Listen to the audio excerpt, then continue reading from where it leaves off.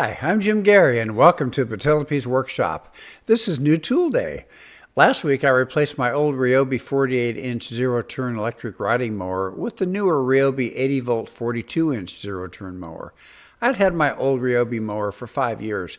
It originally came with 4 12-volt lead-acid batteries that failed after the first season in Florida because of the heat. So I swapped out the lead-acid batteries for lithium batteries and had to make other modifications to make them work. And after 5 years of no problems at all, I began to have sporadic but repeated failures a few months ago.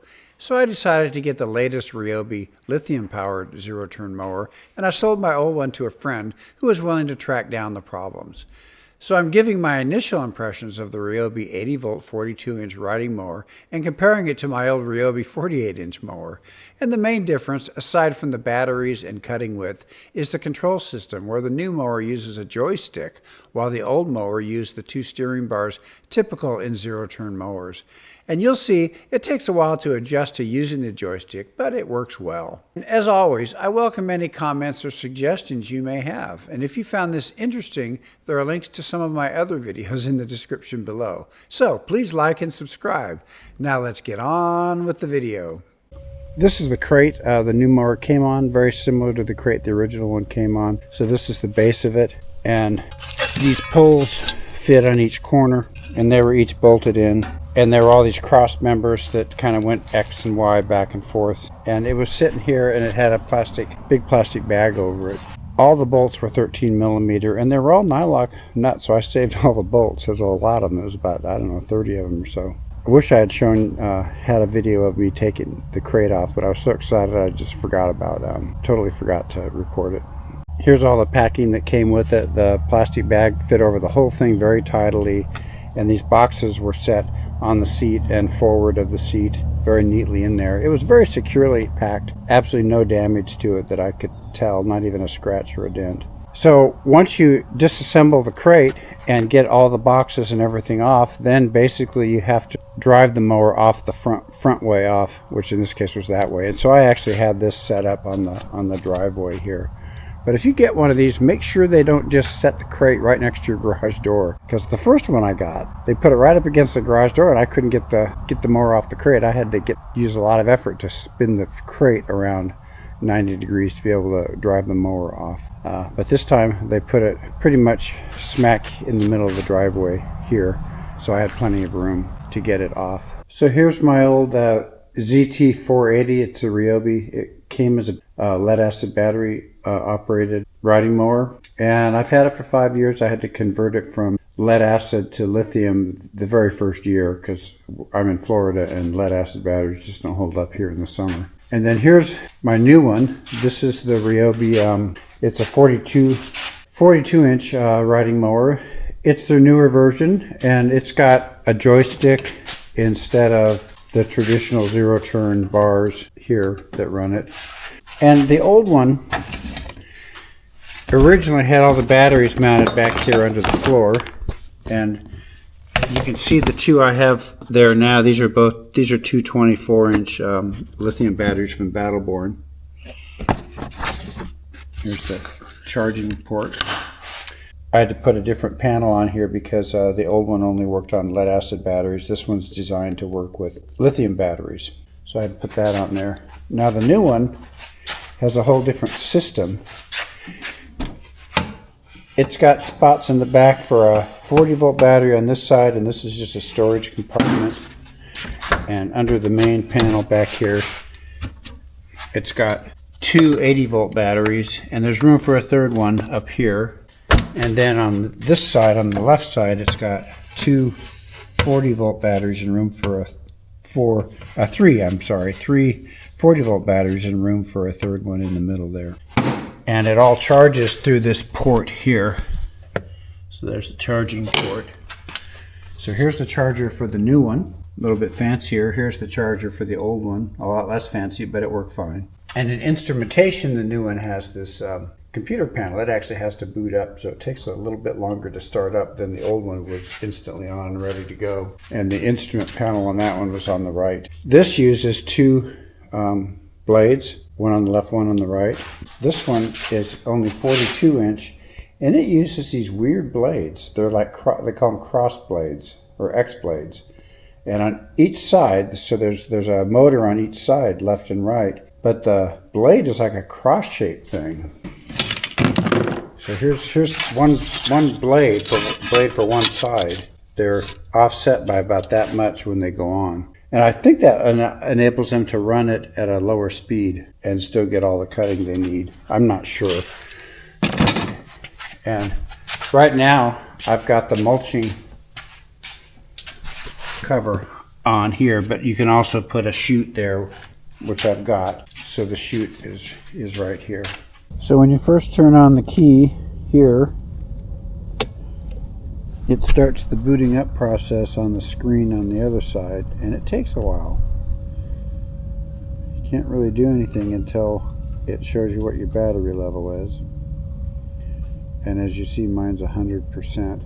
One good improvement over my old one is the parking brake works really well. It was really hard to engage on the old one, but it's super easy to engage and super easy to release. Engage, release. The other one, it was a lot harder to do. I'm not strictly sold yet on this joystick. It takes a little bit of getting used to. Even my Irish setter dog seems interested in the mower. There goes the key. Wait for the screen to boot up.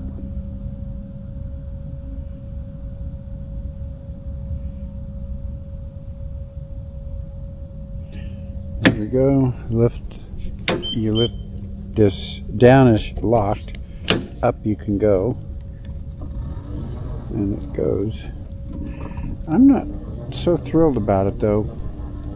It's kind of hard to find zero, like to stop. It was easy on the other one with the handles. You just put them in the neutral position. This one, I just haven't figured it out yet. But it goes, and it can go pretty fast. And it's easy to steer. I'm just running around the yard. You can see our yard is pretty rough right now. This is winter, of course, and we don't have a great lawn to begin with. We're out in the country. So bear in mind that our cutting needs are really cutting weeds and stuff, and not so much grass. But you can see it drives pretty well.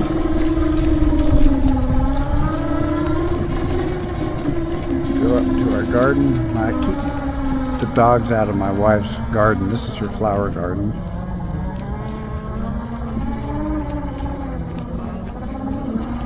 So it's going just fine. I feel pretty comfortable with it. And then I'm going to bring it to a stop. And to activate the zero turn, basically you just turn the handle all the way to the left or all the way to the right. So let me turn it all the way to the right and see. It just makes it zero turn. The further right you move it, the faster it goes. If you want to turn to the left, you just turn it to the left and it does that. So I'm sure I'll get used to it. I'm just not quite used to it yet. But it works well enough. So let's go back over to the shop.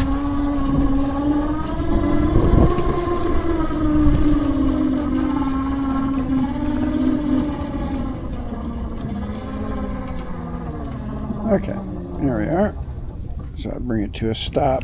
And I think one of my problems is I'm so used to putting it in neutral with the bars by swinging the bars back and forth to make sure they're in neutral. And I think that's why I'm uneasy with this. I got to remember not to do that because that puts this into zero turn. But it's just a question of time getting used to it. It took me a long time to get used to the old zero turn because I'd never used one before.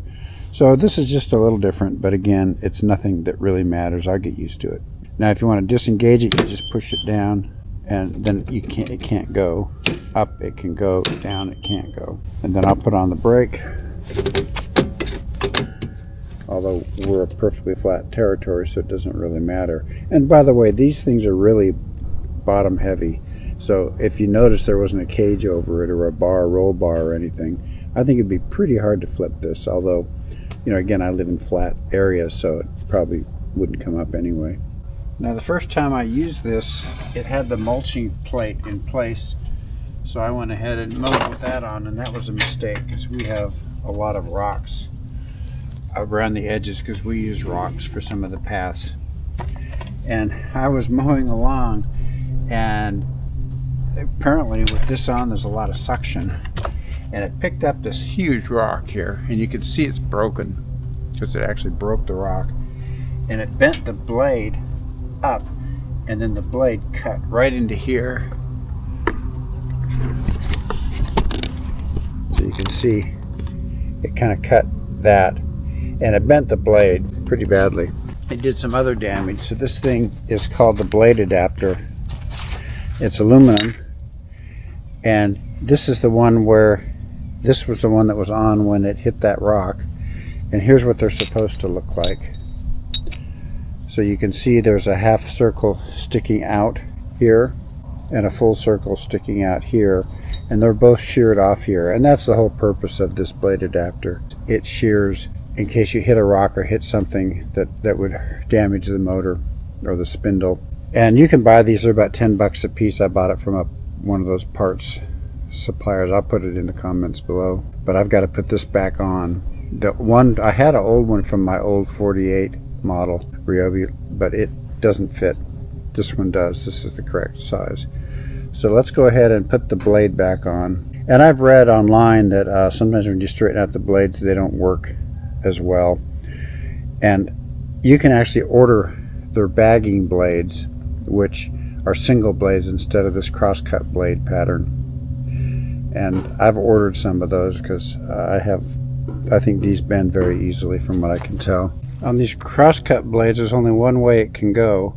The one with the thinner side here, that goes on top, and the wider one goes on the bottom, and that way the adapter fits properly. It won't fit any other way. And so the side of the blade that has the direction of the speed on it, which I don't know if you can see there, but it says rotate that way, that goes on the bottom. So that's a good way to keep track.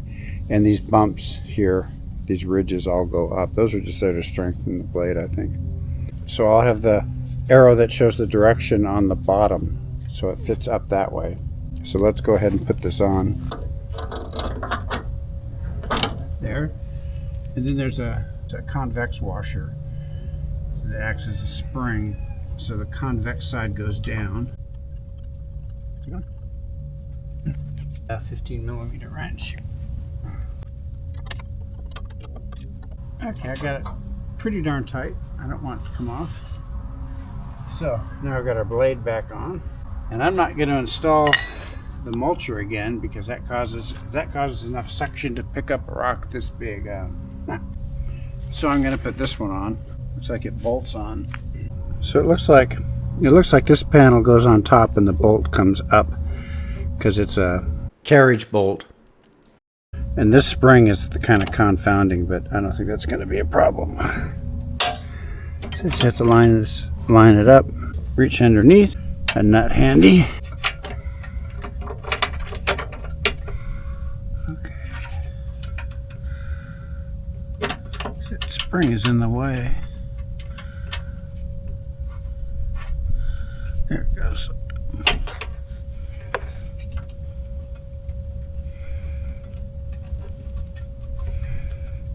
Okay, put the other one in.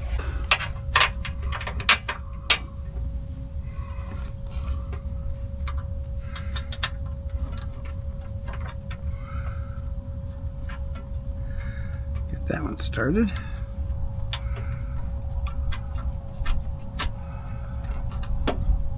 Now I just have to tighten up the nuts.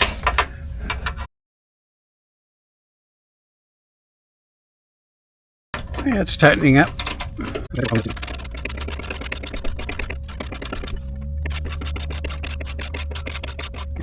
So that one's tight. Tighten up this one. Okay, that one's tight. We're ready to go. Yep. Now the disadvantage of this big chute is simply that it's in the way. So if you want to get close to something, you have to get close to it on the left side, not the right side. Whereas if you just had this mulch plate on there, it's completely flush with the mower, so there's no chute to get in the way. I don't want to go through what I went through again. And one of these rocks, like something like this, it just slipped over to the other side. Like right here, there's one. And the mower just sucked it right up. With the chute, it's not going to happen as much. So if you have a tidier lawn, you could use that mulching plate just fine. And by the way, they sell a bagger that fits on the back here. It's a really good one. I've had one. It's just that my yard is so rough, I kept damaging it. But it was great when the leaves came. Here in Florida, they come down in the spring, and I could get all the leaves bagged pretty easily that way. But our yard is so rough now. We've got big dogs that digging holes, and we've got just lots of obstacles. And I kept damaging it. It's not that it's all that delicate, but my yard was pretty hard on it. But I do recommend it. But it costs like somewhere between $400 and $500. And you can buy this mower and all the accessories at Home Depot, by the way. That's where I got mine, and they delivered it. And I found out just since earlier clip this morning, I discovered some other things about this. If I click the key on, even though it takes a while to boot up, you can still run the mower. It'll still move regardless of whether it's booting up or not. And also, if I want to be sure I'm in the neutral position, I just have to push that down, and that locks it in the neutral position. So that's if you want to get it neutral so you're not moving it around at all, that's how to do it. I'm going to set it to 2 inches. That's where I always mowed with the other one. It's really easy to set. So let's take off and see what happens. I've got the brake already released. Now it's going to be loud when I turn on the blades, so let's try that.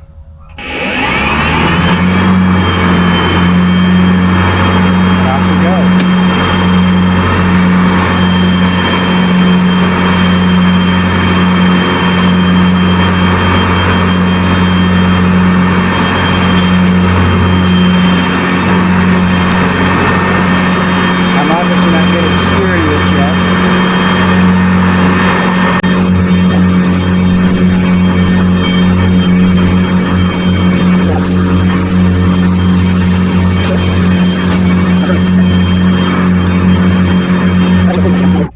So it seems to be cutting fine. There's not much to cut. We're in the off season, but I just wanted to run it around the yard. And I'll get way better at handling this stick. It's just new to me. But let's see if we can get this back in the garage without killing anything. And I always worry because I got my old cars here. I know it's in neutral. I'll pull the blade all the way up. There. Unlock this by pulling it up. And again, I'm not really comfortable with this yet, but it's okay. There's getting in here. But I felt this way when I got my first one with those 2 sticks. So here we are. Put it down, turn off the key, and I always put the key away just in case some neighbor kid got in here and started fooling with it. I wouldn't want that to happen. Charger into the wall. And then I'll plug the charger into the charging port here.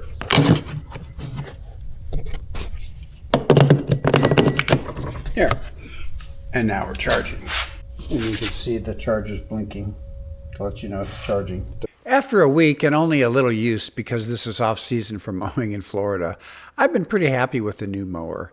Coming standard with lithium batteries is really nice, and although they charge while in the mower, they're user removable. So these riding mowers come in 30, 42, and 54-inch widths.